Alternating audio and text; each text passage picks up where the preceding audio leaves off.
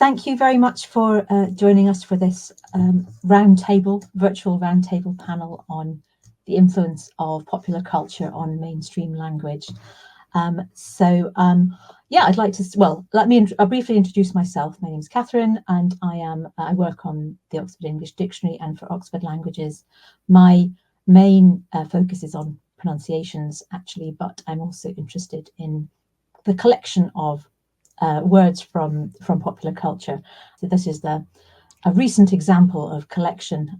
This was at a convention a few years ago, and you can see that our various attendees were making suggestions of words from the popular culture that you might be able to infer from their cosplay that we considered for submission. So we'll be coming back to some of that later in the talk, but let me ask our guests to introduce themselves. Let's start with you, Christina. Hello, my name is Christina Sanchez-Stockhammer, and I'm Professor of English and Digital Linguistics at Chemnitz University of Technology in Germany. And I've always been very interested in popular culture, and that's why I've carried out different types of research on popular culture topics, on how comics use punctuation marks, or how you can translate the style of fairy tales and still make them sound magical, basically. I recently carried out a study on vocabulary from Star Wars, and I suppose that's the main reason why I'm here today. And the interesting thing is that I was inspired to that study by a student of mine, because in a translation class, we were translating a text about a theme park, which is called Dickens World. And the text stated that the theme park felt like Disney gone to the dark side. And then the student asked, is that a reference to Star Wars? I said, I'm not sure, because it doesn't explicitly say the dark side of the Force. And there's this archetypal association between darkness and evil. But on the other hand, it could be. I mean, Star Wars is quite well known. And that got me interested in the linguistic aspects of Star Wars. And that's, of course, a nice thing about being a linguist, that you can combine the things you're interested in that case, language and Star Wars, because I've always been a huge fan of the franchise. And so I carried out that study, and that you can also read online if you're interested. It's available for free. It's called The Impact of Star Wars on the English Language. And so what I was interested in is to what extent vocabulary from Star Wars has actually become part of the English language. And I would say the most interesting result is that indeed this is the case, particularly if we consider that over a third of the users are innovative. Things like be one with your external iTunes library, young Padawan. And yeah, so I hope now you've got an idea of who I am and what I'm doing. And so back to you, Catherine. Thank you. Let's have an introduction from you now, Kerstin. Thank you. Yes, hello everybody, and I'm very excited to be here today. My name is Kerstin Richter. I currently hold a postdoc position in English linguistics at the University of Regensburg in Bavaria. And it actually fits perfectly because my postdoc project about pop culture neologisms beyond the fandom, that's exactly what we're talking about today, among other things. And I would like to start off with a very short anecdote, but it fits very well because the inspiration for my postdoc project is actually completely OED related. So I was teaching a class for beginners, and I introduced them to the OED and the history of the OED, and I showed them a picture of Sir James Murray, exactly that one. And one of my students just had a look and blurted out, "Ha, he looks like Dumbledore." And I thought, it kind of does. And the whole class, either they nodded their heads or they laughed. And I asked them, do you all know who Dumbledore is? And they said, yes, of course. And I proceeded to ask questions. And it turned out that even the people who did not care for or about the Harry Potter franchise, they also said, yeah, we know who that is too, and they had a mental representation of the wizard Dumbledore, so they did have this cognitive concept, which led me to other questions, and eventually the idea for my postdoc project was born. Currently, I'm trying to find out in how far it has become acceptable to use typical vocabulary and names from popular sci-fi and fantasy franchises in everyday language and in journalism especially. That means outside the original fandom or community of practice, as the sociolinguists probably would say. And if that use is in some kind, is measurable. So I'm doing a corpus study. Okay, so that's what I'm working on these days. That's great. And how about you, Fraser? Please introduce yourself for us. Hello, I'm Fraser Dallachy. I'm a lecturer in historical linguistics at the University of Glasgow, where I also work on the historical thesaurus of English, in collaboration with colleagues at the Oxford English Dictionary who have a similar, well, the same resource really built into the OED online. My interest is more, therefore, in semantics. It's more sort of the ideas and how we attach words to those ideas than the other way around. But I'm also a massive nerd as well. So I'm a member of the university's Centre for Fantasy and the Fantastic and teach on their master's course in medievalism, because most of my work is actually in medieval language and literature. But that's me. Thank you. Welcome. And Fiona, you Hello. Yeah, my name is Fiona McPherson. My interest in all of this is more of a professional one, I suppose. I am a senior editor with the Oxford English Dictionary. So I'm one of the people who is responsible for putting some of these words that have emerged from popular culture into the OED and to researching them and to find out if they actually did have their origins in popular culture, or if popular culture has played an important role in popularizing them, say. And so I work alongside Catherine. She does the pronunciations and I do the definitions, I suppose, is the neat way of putting it. So I'm really excited to be here to just join in the conversation about popular culture. Great. So I think one of the first questions that emerged when we were just thinking about this and about some of the best ways to unpack it and explore it a bit more is when, the question of exactly when language from a specific community, whether it be a fandom or a community of practice, as you say, Kerstin, focused around a particular theme or a particular media, a particular property. What is the trigger? When does that language get adopted by mainstream language? And is there something? Does it depend on popularity or on longevity? What are the factors that come into that? Let's Christina, what do you think about that? Well, I think that popularity definitely has a play in it, because popularity not just means that people enjoy talking about something, but that they also probably will talk about it more frequently. And frequency is a very important factor when it comes to what words survive in the language. And so for that reason, I think popularity is really very important. And so if we think about Star Wars, for example, Star Wars is very popular. And for that reason, they made more and more films. And there's off-spins now and video games and all kinds of things that people talk about. So there's a very large group of fans and many opportunities to talk about that. And so for that reason, there will even people who are not part of that community will have heard about concepts from Star Wars somehow. For example, my mother has never watched any Star Wars films, but she still knows what a Jedi is. And that is because actually it's relatively frequent. So in my study, I also tried to see how frequent the word Jedi is by comparison to more general words in the English language. And I found that it occurs about once per 4 million words in the text collection, in the corpus that I looked at.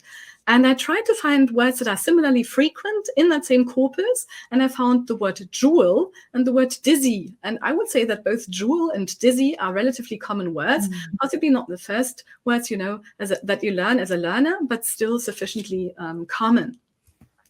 And so popularity is, I think, definitely one aspect, and that related to frequency. But another reason why words from, let's say, a particular community from popular culture might enter the language could be because they express some ideas that are more general. So this is what typically helps any word enter the language. For example, when you borrow words from other languages. So typically the idea, the concept must be sufficiently frequent in the real world of the people speaking that language that they feel the need to talk about it. And then typically they use that word. And at first sight, this may seem counterintuitive regarding science fiction, because science fiction is science fiction because these things don't exist in the real world. But then some of the concepts would be really nice to have. For example, relatively frequently, I tell people that I would love to beam myself to another place. And obviously that's from Star Trek. By the way, I haven't watched any Star Trek films, but still, it's a wonderful concept. And so I would love to have it, and that's why I talk about it. And similarly, I know what a TARDIS is. So the TARDIS is larger inside than outside. That would be a great thing to have. It's a bit like Hermione's handbag, I suppose. I've always loved that. But obviously, so for that reason, I think people like to talk about that because they enjoy the idea. But in addition, sometimes the objects from the science fiction also enter the real world in some way or another. For example, in the case of merchandise. So if you think about Star Wars, for example, then there's quite a lot of lightsabers in the world now. They are no real lightsabers, but they're toy lightsabers. So they might be around in children's rooms or in the rooms of people who actually do lightsaber dueling as a sport. And then they also talk about that. So for that reason, when there is a lightsaber and when you do lightsaber dueling as a sport, you will talk about lightsabers. Well, another very important reason, which I kind of hinted at already, is this generality of the concepts. And so when one considers the words that I analyzed in my study, then actually many of them are used in a general way. I would like to show you a figure from that study, which I will refer to in the following.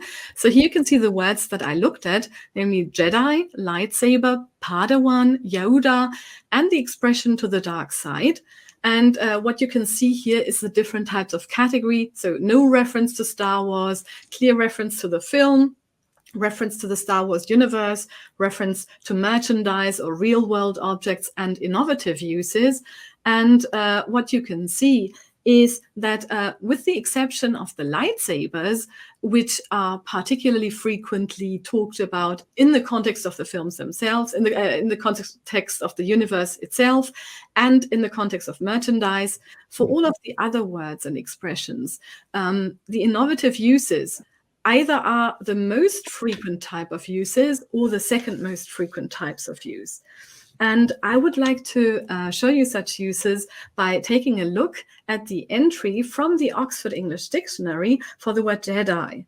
What you can see, if you look at the word Jedi, this is described as also in extended and allusive use, especially someone humorously credited with great skill or preternatural powers. So you can see it's this kind of more general meaning. It doesn't just mean a knight from Star Wars. And the meaning that is described in the third quote, there are only two ways to draw that well. Number one, become a total Jedi, master your medium, and then consciously forget all you've learned. So in this case, it's about drawing, not about fighting. And not only Jedi itself is in the Oxford English Dictionary, but also the compound Jedi mind trick. And there we can also see a particularly nice and innovative quote, the very last one. You'll pick up some Jedi mind tricks, like getting toddlers to eat meals they wouldn't otherwise touch by allowing them to help cook the food. So here again, this has nothing to do with Luke Skywalker, but obviously it's about the idea of making others do what you want them to do, so basically manipulating them. Just to go back to the figure now from the study. So if we look back at the other, well, what you can see then is that, for example, Padawan, for Padawan, the uses are relatively evenly split between talking about the Star Wars universe and also these innovative uses. So I just gave you an example for that. And here we could say that Padawan means something like an apprentice. Yeah, so people might say, well done, young Padawan, implying that they are more experienced and that they're trying to teach you the ropes. Yoda, as you can see, with the green field in the rightmost column, has 64 uses that are innovative, and Yoda very often refers to some kind of mentor in a more general way.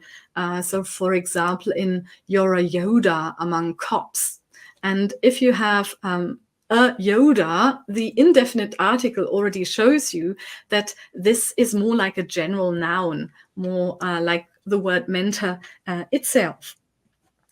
And finally, to the dark side, you can see this is even yellow. So here we have 73 innovative uses altogether. And I would like to start with an example. A developer crosses over to the dark side and learns marketing. Well, in that case, obviously, again, it's not about about Star Wars contexts, but I found several such examples where a community wants to express that leaving that community of practitioners, of people from the same job, or people using the same kind of brand, etc., they talk about going to the dark side in the sense of changing towards a less moral state. Now, in this particular case, you shouldn't take moral too seriously. It's joking. It's employed in a joking manner. And so this is what quite a lot of these users have in common anyway, that it's a fun way of talking about things. But to sum it all up then, what the study shows is that the words and expressions from Star Wars are not completely uncommon in the English language. So among the different collections of text that I looked at, I found over 7,700 uses. And over 1/3 of these were innovative.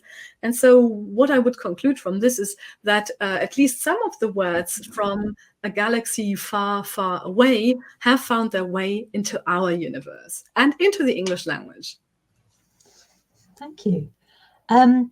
What does anyone else have anything to add on to that question? I was going to say about that, a lot of what you spoke about there is key to why these terms are in the OED. They have to move outside of their initial sphere, I suppose, and to be taken on. So the idea about a Jedi being used in ordinary English to talk about a particular type of person who's not a knight or anything like that. That's absolutely key. Not just to get the uptake in the language. That has to happen first, but that has to happen before we're going to include any of these words in OED. So they're really, those innovative examples that you showed are really the key into it becoming so much of a part of English in that extended use. That's why we've ended up putting so many of these into the OED. Great. Before we move on, I have a little poll that I meant to put up, which was just, this is an example. When my colleague, in fact, when she saw the theme of this, she said, "Oh, you mean pop culture language like Sweet Summer Child?" And so we've got a little poll that you can join in to tell us whether you know what you have an explanation there of what is meant by Sweet Summer Child, but if you know where the source might be. The next thing I wanted to ask is when this language makes this jump that we're all talking about from specialized use to mainstream use, do the terms tend to stay meaning what they always meant, or does the semantic shift happen? Do things become more generalized, or do they even So yeah, Fraser, I was going to ask you first to jump in on that one. Great, thanks. I think it sort of depends a little way on what the words have been coined for in some terms. So, for example, if you sort of think about words that have been potentially coined by authors or film writers for something technological in the world, like beaming, as we've had in Star Trek, phaser, lightsaber, things like hyperspace and hyperdrive. I think those kinds of things usually tend to sort of stay with their meaning because they've been created to fulfill, to name something that we need a word for that exists in that universe that we don't really have in the real world and then gets adopted into the real world because it's so convenient.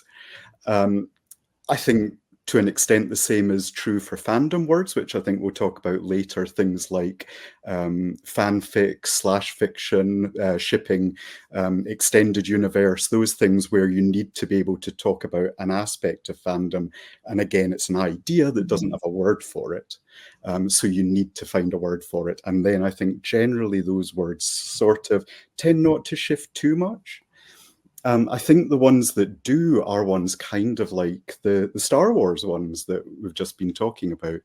And my feeling personally is that those are probably because they're more to do with societal structures and roles than they are necessarily, concepts that we don't have a word for. So I was going to ask if we could see a quick slide of the structure of one of the historical thesaurus categories. When we think about these concepts, we often sort of, at least semantically, group them according to a sort of structure in which they're related to each other. So I've chosen the Hospitaller Knights Hospitaller as a sort of equivalent of the Jedi Order, because effectively it's both a religious and a military sort of organization in a way. So what we would have, is an idea of an order. The Jedi Order would come under, the name of the religious order. Then below that, in this kind of hierarchy, you would have a member of the order, which is a Jedi. You'd have a junior member, a learner in that order, which is a Padawan. And you'd have the specific sort of instruments or weaponry associated with them, which is like a lightsaber. So the thing is, those are not things that we really need in the real world. So when they get adopted into sort of real life popular language, it's more because of a kind of metaphorical extension or sort of association between the qualities those roles have and sort of real people or real world situations potentially. And so Padawan I found a really fun one and an interesting one because it was one of those ones where it's not just the meaning of sort of like an acolyte that is borrowed. It's the idea that it was introduced, well, unless you're really a fan of looking at the old scripts, to most audience members in The Phantom Menace in the 1990s, where Qui-Gon Jinn, Liam Neeson very patronizingly put Obi-Wan Kenobi down all the time by calling him my young Padawan. So it's kind of developed that use. It's always used in that sort of mock patronizing way now, or not always, but often, because it's a way of saying, you are a youngster and you must learn all the things that I know by Padawan, kind of thing. So it's extended in that use for this type of word. That's great. Thank you. Did anyone else want? I have something. I was on. Simon, would you mind putting up the slide from Muggle, please? Because that feels to me like another case where there's it's jumped very readily from a specific field to something a little more general. And like that that second example, our new senior DBA starts on Monday. She's a Muggle, no IT background, understanding or aptitude at all. So that one of the things I really wonder about this is whether we talked about whether these things come in to fill a vacuum of meaning, or whether they in fact sort of are superimposed over existing things that there are already words for. I mean, Christina, you mentioned, apprentice as a, it's not like we didn't have a word for that, but there's a very specific tone or nuance to it, which which seems, and I think Muggle is another one like your Dumbledore example, Kirsten, where people, even those not engaged with the Harry Potter verse particularly, would know what was meant by that. And I mean, I just used verse. I think that's an example, probably along with things like headcanon and ship that you mentioned, Fraser, of kind of fandom language, I suppose, things that you say you need to talk about the Who verse or the Buffy verse, and that becomes something handy. But yes. Yeah, and I mean, in some cases, everyone knows what franchise, for example, a word comes from, and then there's a few cases where people don't. So one example that David Crystal mentioned in a text that I read was the word mini-me, because the word mini-me is now used in fashion. It's when mothers dress up their little girls in exactly the same way, but it actually comes from the Austin Powers film, where Dr. Evil has a clone who looks very much like himself. So I'm not 100% sure if that was a kind of parallel development, but in any case, the first time I heard mini-me was also in the Austin Powers films. The next thing I wanted to ask was how, as linguists, how might we monitor these as they emerge, and how do we sort of track that journey from popular culture use to mainstream use? What are some of the techniques that we have? And Kirsten, I wanted to ask you particularly about the technique that you yourself use in your research. Yes, thank you. I mean, there are, of course, different approaches, and I can't speak for the whole linguistic community. There are web crawlers that are used, for example, or someone tried to develop a model for predicting the success of new words. But as you said, I can mostly speak for my own approach. But I think most of the linguistic approaches these days might be corpus-based, and mine is as well. So that means we're looking at huge bodies of text. Personally, I work with the Now corpus, one of the biggest corpora. It has 20 billion words right now. And actually, I could show you a little slide from my research. What you can see here is I tried in a very time-consuming process. I tried to extract all the related words to the franchises, the franchise name as such. That's the orange bar there, and for comparison, like Christina did with Jewel, or I just chose the word tree because it's fairly common, right? But you can see, I mean, especially Star Wars really sticks out. The others are not doing bad as well. These are just very simple raw frequencies. So I just counted, but I try to consider everything. However, mind you, a word like the Force is not in there because I cannot possibly monitor this because it's not. It's not franchise specific. By the way, neither is Dumbledore originally, because Dumbledore used to be a word for a bumblebee. I think it has shifted. We have a neo-seam here. I think most people would no longer think of a bumblebee, but of a wizard. I counted that one though, because it has shifted so much. But just think, I mean, the Force is not even in this poll here. So I think it does have quite the impact. Of course, most of these uses that we see here are fandom related. They come from articles about new films coming out. I mean, these franchises are kept alive, as Christina said. We have spin-offs everywhere.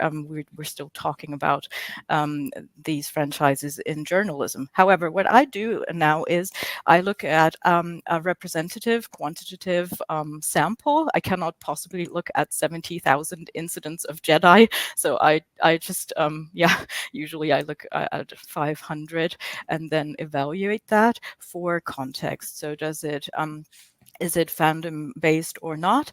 How is it used in sports, politics, business, etc.? So, and one of my very important criteria is does it come with an explanation or not? So does the author feel the need to explain what that is? So, for example, if there, Darth Vader, the villain from Star Wars, just in case somebody doesn't know. But most of the time that doesn't happen. So these unglossed incidents, they are very important to me because they show that the author does not feel the need to explain this. I also look for developments, as the OED does too, compounds and affixation. So for example, I found somebody talking with a Darth Vader-ish voice. So I think we can imagine what that is. This is what I do, and I've developed a model that tracks this down a little bit in more detail. Just a general observation that I've come across, also something that Fraser was speaking of earlier. I think that words that evolve around good and evil. I mean, we talked about apprentice and mentor, but good and evil is going very strong. So, devastated landscapes are called Mordor, or a certain politician has been called the Orange or the Cheeto Voldemort several times, and of course. The ultimate goal would be that a new word is no longer connected to its original narrative. So as soon as someone doesn't know where mini-me comes from, or maybe some people will not know that The Hobbit was invented by Tolkien or something like that. So as soon as they become neutral words, I think they have really reached full entrenchment. Yes. Okay, there was one more thing I was going to say. Yes, that's the real life manifestations that Christina also mentioned, the lightsaber. So I usually only look at entries that have more than 5,000 hits in the now corpus, but I make exceptions for those that have been included in the OED. And one that I found that has a very low frequency, a surprisingly low frequency, I only found like 913 entries for butterbeer. And I was surprised and happy to find it in the OED. And I thought, okay, maybe that's because, you can really drink it. And you have compounds like butterbeer style drink, or what do we have here? Yes, the butterbeer feels like it has been made with real magic. So it has become a real life item. It has a real life manifestation, and this contributes to entrenchment as well.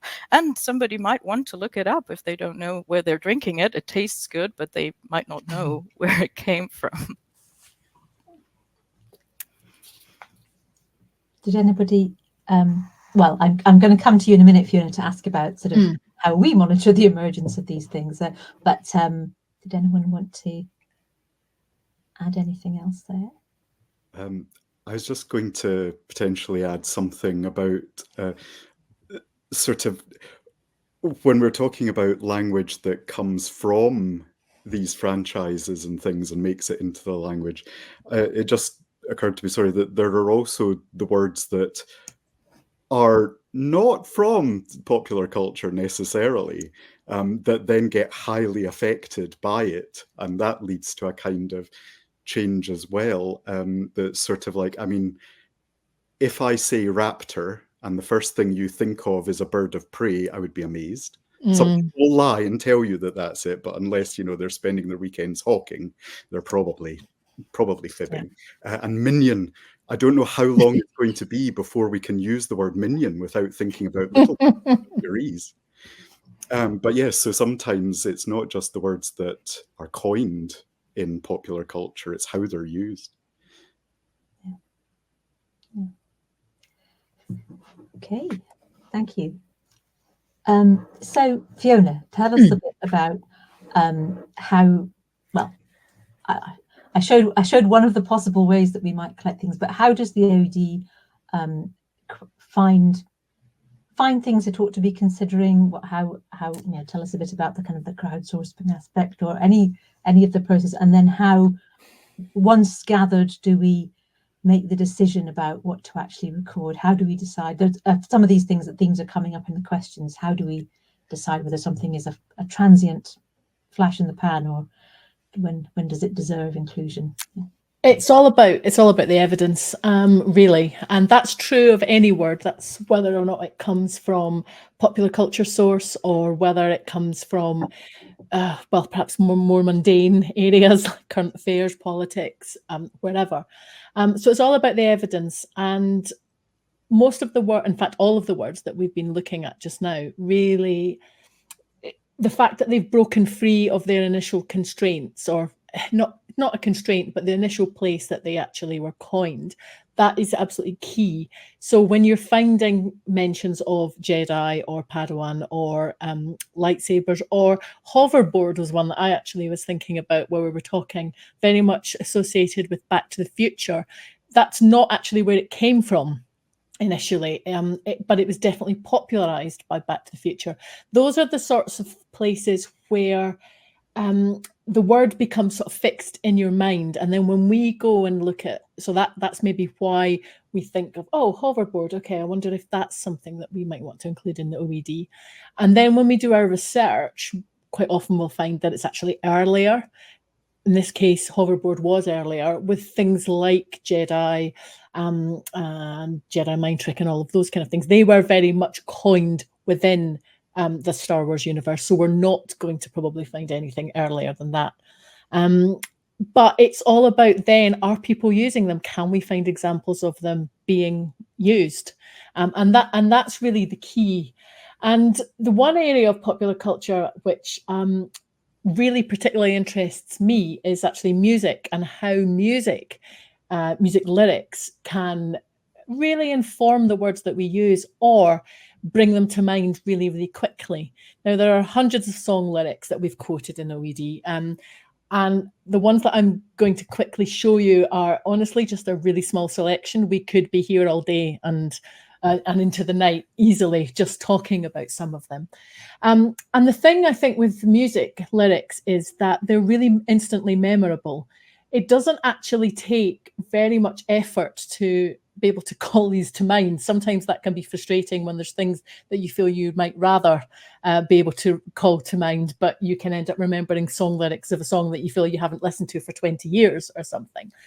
Some will be more familiar to others, and of course some of them are going to depend very much on your age, on the type of music you like to listen to as well. But there are two main categories in the OED of music lyrics. There are ones where we have the very first example of a particular word in the OED is from a song lyric. And I've got a few examples to show you of those. Yes, so all of these are words where we have the very first example of these words in the OED, which has been taken from a song lyric. So mullet, for example, a hairstyle worn especially by men, in which the hair's cut short at the front and the sides and left long at the back, first comes from the Beastie Boys, from a song by them. And what's interesting there is the second quotation that we actually have in the entry as well is also from a Beastie Boys publication. And there's a publication called Grand Royale, which they published. And so mullet, type of hairstyle, not something you'd necessarily expect that we would first find in a song, but there you have it. We have not, and it's not for want of trying, found an earlier example. And then you have something like hip hopper, which is a performer of hip hop music, a rapper. And you can see there that our first quotation is actually from one. Master D is the song, Africa Mabata and the Jazzy Fi, and that's a person who performs hip hop, a rapper. And we also have in the very same entry a lyric from Salt and Pepper, the rap duo as well. So very much associated with them, and probably not surprising given they were the performers that they might actually decide to use that. And then you've got this, the one under maybe is quite an interesting one, because it's not the first example that we've got of the word maybe, obviously. But there's the phrase, I don't mean maybe, which is used, after a statement, usually to indicate that, okay, what you've said is indisputable and there's not any negotiation. And if you think of I don't mean maybe, that song probably does spring to mind. And in fact, it is the first example of it in use that we've managed to find way back 1925. The last example here is from the Frank Zappa track Valley Girl, which also features his daughter. And this is a really nice example for me of, with a word like, so in this sense, it's used usually in direct speech, often expressing a person's feelings, means to say or to utter, to say to oneself. A word like that is very difficult to find examples of because it's very much associated with spoken language. But it's also difficult to find because like is a very common word. It's a verb as well. You're going to find lots of examples of that when you're looking for it that don't actually mean what you're looking for. So this one may not, in the end, be the very first example of it, but it's the first we found of this very colloquial sense. And again, from music lyrics. But what I maybe even find more interesting, not just with these first examples, are the ones where you hear a word and immediately something springs to mind. It's very evocative of it. And it's a particular song, even if it's not actually been taken from that. And that's the second set. Again, just 4 examples. I could have picked so many more. Ghostbuster. Okay, we all know the film, but we've actually quoted from the song by Ray Parker Jr. in the entry. First quotation for Ghostbuster, as in a person who investigates or paranormal activity, is from 1930. So this is a good 50 years later. But when you say that, I think the song probably comes to an awful lot of people's minds. Similarly, Five and Dime, which is a shop where all the articles, originally priced at 5 or 10 cents, but later used a shop selling a wide variety of very inexpensive articles. Our first example in OED is from 1916. But I would argue that the Bryan Adams usage in the song Summer of '69 is pretty iconic. It's certainly when my colleague was drafting it and she said, she was asking me a question about it, I said, oh, are you going to include the Bryan Adams quotation? And so there we have it. Similarly, Fun Day is 1855. So we're talking, the previous century. A day for having fun, simply. The Prince, it's a Prince written song, most well known as the performance by the Bangles, but we've included that. And I have to probably say I apologize if I give anyone any earworms while I'm talking. But that's very much very evocative, and it's probably one of the first things that somebody might, like you were saying about Raptor, Fraser, probably not the first thing people think of as talking. They're probably going to think, I'm going to assume you meant Jurassic Park. So similarly here, your mind may go to this. And then last but not least, jive talking. Now, this is from the second sense of jive talking. It means misleading or untrue talk. There is an earlier sense, which is the form of American slang, particularly in African-American usage, known as jive. But the second sense, we've actually got 2 lyrics here. It turns out that the first one was from this 1969 song. But the Bee Gees is the thing that I actually worked on this entry, and that was the thing that I initially thought of as soon as I saw this. So I think that music is a real area of popular culture which can bring so many people together because there's so much of it, and as I said, so much of it is so evocative that it's a really interesting way to illustrate usage of words in a way that I think is very real and very immediate for a lot of people. And yeah, it's really quite interesting in how innovative and important that so many of these lyrics can be in really grounding these words in the language. Yeah, thank you very much. Just before we go to, we've got a lot of questions and we can start to talk through, but just before we do, did any of the other members of the panel want to ask Fiona anything about the OED process? Can we ask the terrible question, when is there not enough evidence? When are you like, nope? Well, it does happen quite a lot. The thing is, when there's not enough evidence, I mean, we always sort of bang on about the idea of evidence. Just because there isn't enough of it at the moment doesn't mean that that's the sort of end of the story for the word. The great thing is that we can keep this evidence that we have found on, we can keep tracking it. And words do sometimes have, moments of great burst of interest and fame, and then they kind of go away again, and then they can come back. So it's never, we never put a number on it. It's unusual, for example, for a word to enter OED if it's got less than 5 years worth of evidence. There are some exceptions. COVID-19 was an obvious exception. I think that went into the OED months after it entered the language for kind of obvious reasons. But it's unusual that anything younger than that will get in. But it's never say never. We hold on to the evidence that we can find, and a word or term's chance may come later. It just sometimes it can be a little bit too early. I mean, I think that actually leads nicely into one of the questions from Carol Percy about. So yeah, she's saying, how brief can the mainstream influence be? And she asks about the ephemeral nature of popular culture, and refers to the supposed practice of waiting for a certain number or a certain period of time. I know you've sort of touched on that already a little bit, Fiona, but is there something more to say? Yeah, I think so. I mean, one example which definitely springs to my mind is if we think about the Barbie film, which was last year, I think. Time is a strange notion. That brought with it a little bit of innovative language. If you think about things like Kenergy and Knuff, and that for quite, well, I would say for quite a short period of time was on everyone's lips. The trouble with those kind of that kind of vocabulary is that it's quite context specific. I mean, obviously things like that also work really well with the name Ken, because they start with energy and enough, and you can put a K in front of it, and that happens to be the character's name. Probably, I would say, too context specific and perhaps too transient. Really, it's probably unlikely that they will really get taken up in any kind of lasting way into the language.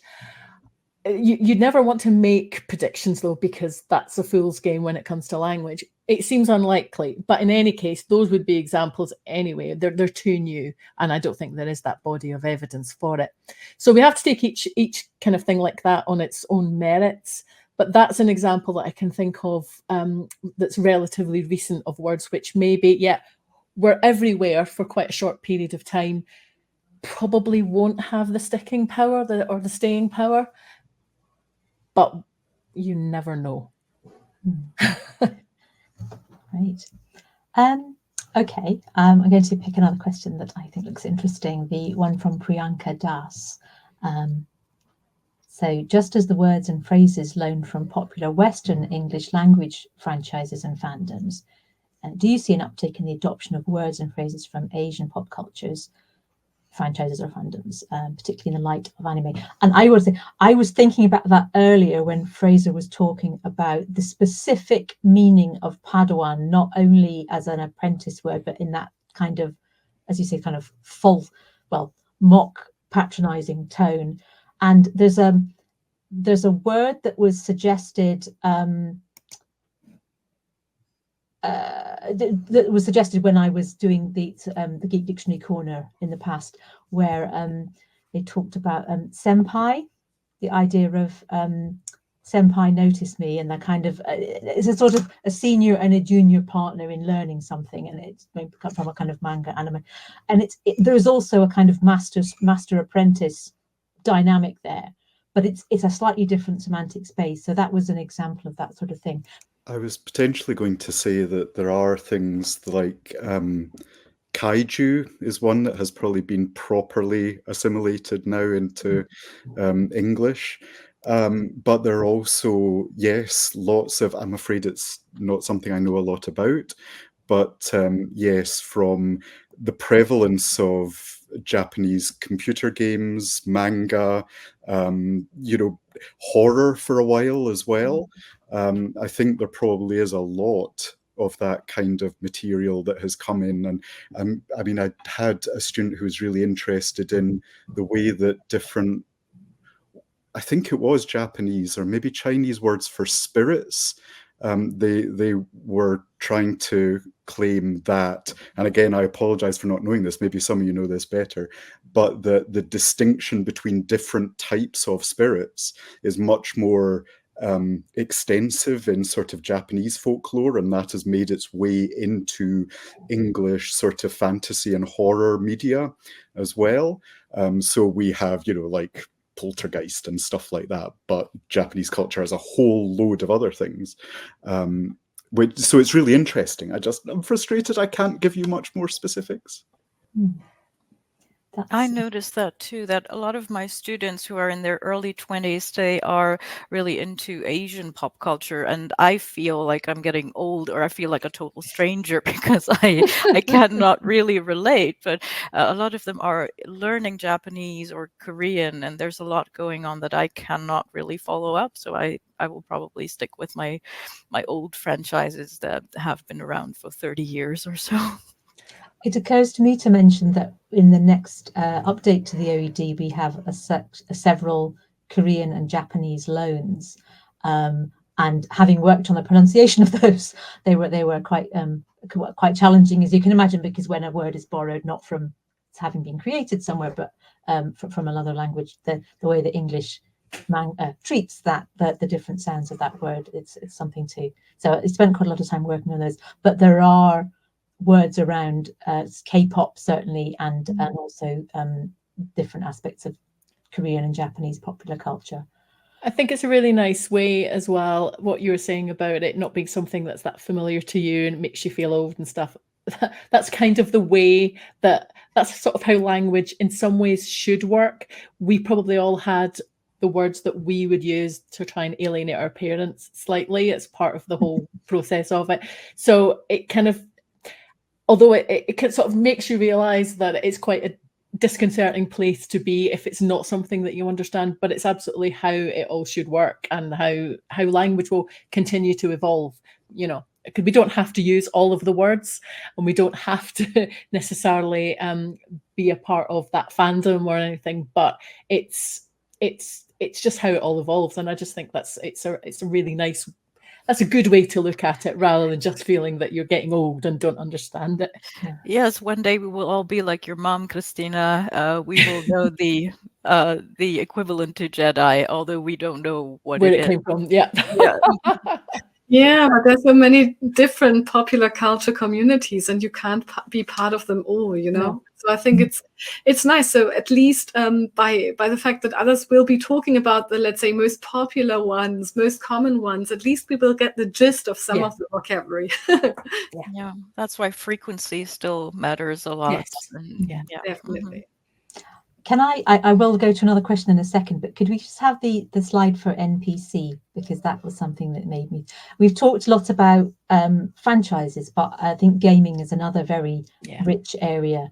And when you were speaking earlier about Hermione's bag and the TARDIS, I'm thinking, well, bag of holding is obviously the kind of the Dungeons and Dragons RPG equivalent of an infinite receptacle. NPC, this is a sneak preview of a word that will be live in the OED with the next update, non-player character.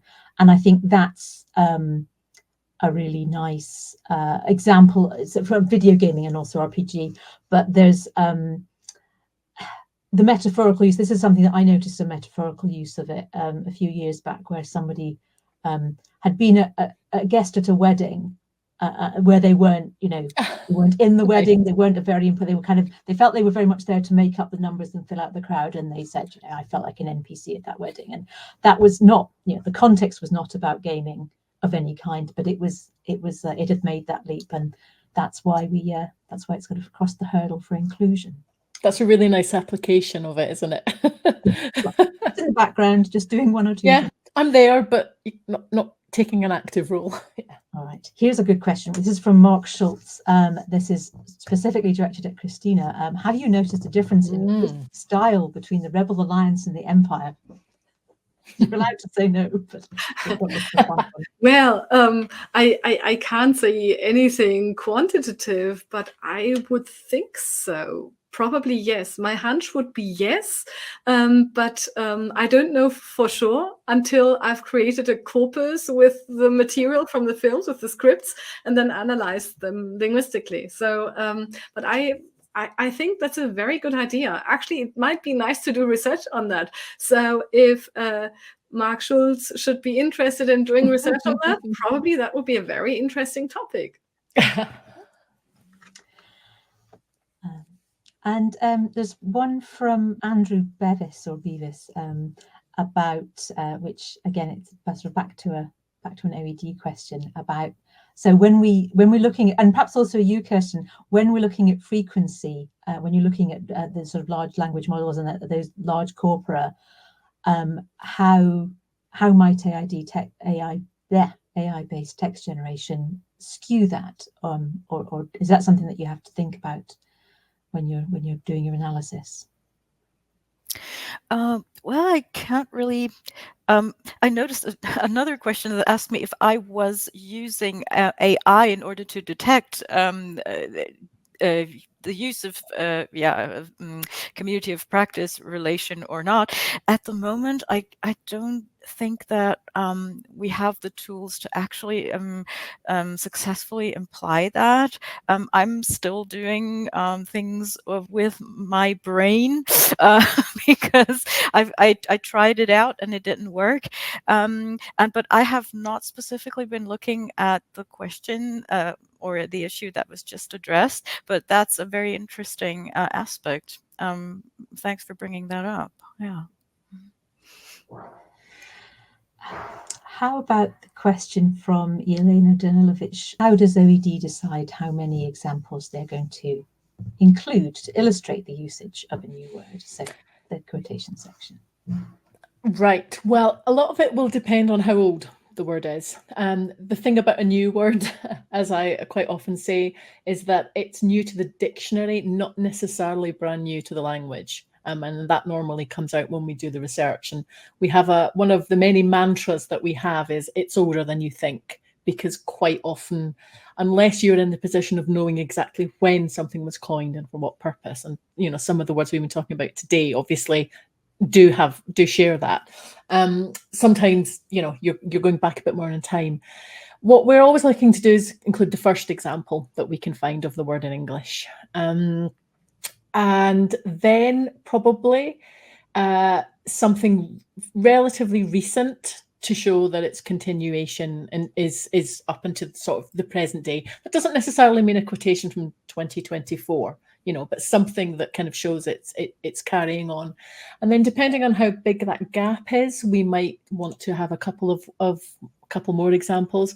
If a word really just has one straightforward meaning, doesn't have any extended usage or figurative, then we're probably, that will also make a difference. If we're trying to, I don't know, perhaps show transitivity and intransitivity, or as I said, figurative, then we'll want to try and illustrate that as well. So there's no set answer to how many quotations we would show. It really will depend on the word, whether or not there's any nuances, what kind of range that we're looking to give. So it's very much on a case-by-case basis. But what will always be the case is we're going to try and find the earliest example that we can, and something up to date, or from the point at which, if it so happens to be a new word that's now no longer used, as I said, new to the dictionary, then when it was the sort of period it was last used. I'm going to pick a question that's from me now, so just a little one, and then perhaps we'll have time for one or two more before we wrap up. So the question is from Tom Starr Marshall. With written popular culture, how do you assess the correct pronunciation? Oh, that's a good question. The answer is, it's what keeps me busy. It is a very there are a lot of when pronunciations emerge, when words emerge from written forms, it's particularly something you get. So not so much in something like a franchise where there's going to be a film or TV, and you say, well, I guess the people who made this up, the way they're saying it, we're going to treat that as authoritative and follow suit. Although you don't get consistency, as Christina, as you may have observed, Princess Leia in the first film and Leia in subsequent films. That's something that's quite difficult to pin down. We look at if it's a loan, then we would look at the language of origin, and we can consider those anglicization processes that I mentioned with reference to the Korean and Japanese loans. If it is from an invented language and we can get at the person who invented it, so words like mithril, Tolkien documented his invented languages very thoroughly, and we're left in no doubt about the pronunciations he wished. For other invented languages, so for something like Khaleesi in Game of Thrones, or for things Klingon terms in Star Trek, or many other invented language contexts, you can often go back to the person who worked on the conlang and say, look at the documentation usually, but if failing that, you can say, where, how are you stressing this then? And otherwise, just trying to listen, get as much video evidence as you can, looking at different people saying things. But yeah, when something is mostly written, but some of that language around fandom, words like ship isn't hard to pronounce, but yeah, sometimes it can be very difficult. And if it emerges from a written source, and you can't get authorial word on it, you have to look at usage and take the usual descriptive approach that we make in dictionaries in all aspects, and figure out what it should be. I was going to say there can be a related thing as well when your first examples from say a song or something spoken, and there's not a corresponding script, then you're going to have to make a decision about how you're going to represent that. Now, with some words, like you said, Catherine, ship, that possibly wouldn't be difficult to do, but there may be some words where you're like, well, we don't actually know necessarily how you're spelling that, because you're just saying it, and there are different options. So decisions have to be made, and yes, of course, you would look at how later it has been written down, to try and come to the best thing. But you can't always be sure. You have to make a decision based on exactly, you don't know whether they're hyphenating, for example, when someone says something. So, and I certainly in the past, lyric sheets on albums and things like that have notoriously not been the most accurate place to look. So yeah, decisions have to be made. So that's a similar kind of thing, but coming from the opposite side. I mean, the hyphenation that you're mentioning, that's also an aspect that came in when I was looking for lightsaber, because you can spell it either with a space or with a hyphen or as a single word. Yeah. And in British English spelling. And of course, spelling. Yes. So I said for all the different variants, but actually, most of them were very, very infrequent because the corpora were not as large as the one that Kerstin is using. Yeah, I had to count a lot of different versions and not forget any of them, because they might significantly change the frequency. Definitely. I think we have time for one more question. Just before we do the last question, I'm going to thank people who took part in the poll and congratulate the 55% of you who correctly identified Sweet Summer Child as coming from Game of Thrones, and not Friends, which was what came second in the poll. So it was, it's just that interesting kind of, it's a bit like the dark side, or To the Dark Side. It doesn't sound like a particularly innovative coinage, but it's actually that particular phrase in that particular context with that particular association just was what rose to the top. When my colleague was thinking about popular culture.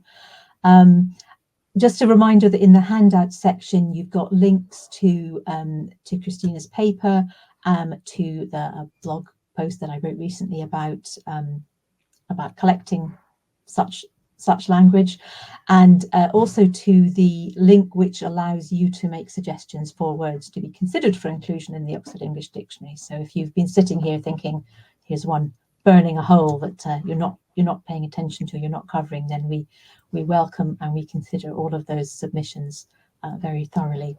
So the last question I thought we'd pick is the one from Scarlett Emily Scott, which says, do you also feel a little uncomfortable that so many popular culture words have taken over and classic English has taken a back seat? I just thought we might all like to say something about that to finish.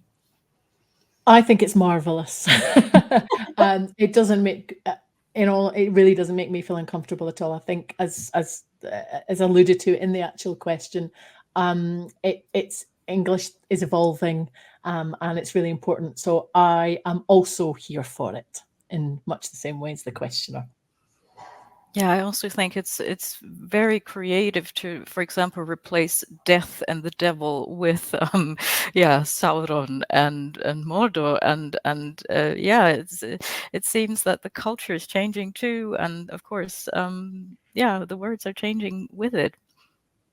It's great. I think I would just say that English probably is not getting swamped by new words either. I'm afraid that linguistically, most of these words are very low frequency. Even if you feel like there are a lot of them, there are still hundreds of thousands of words in the language, and actually these are only used a tiny percentage of the time, even when they're super popular.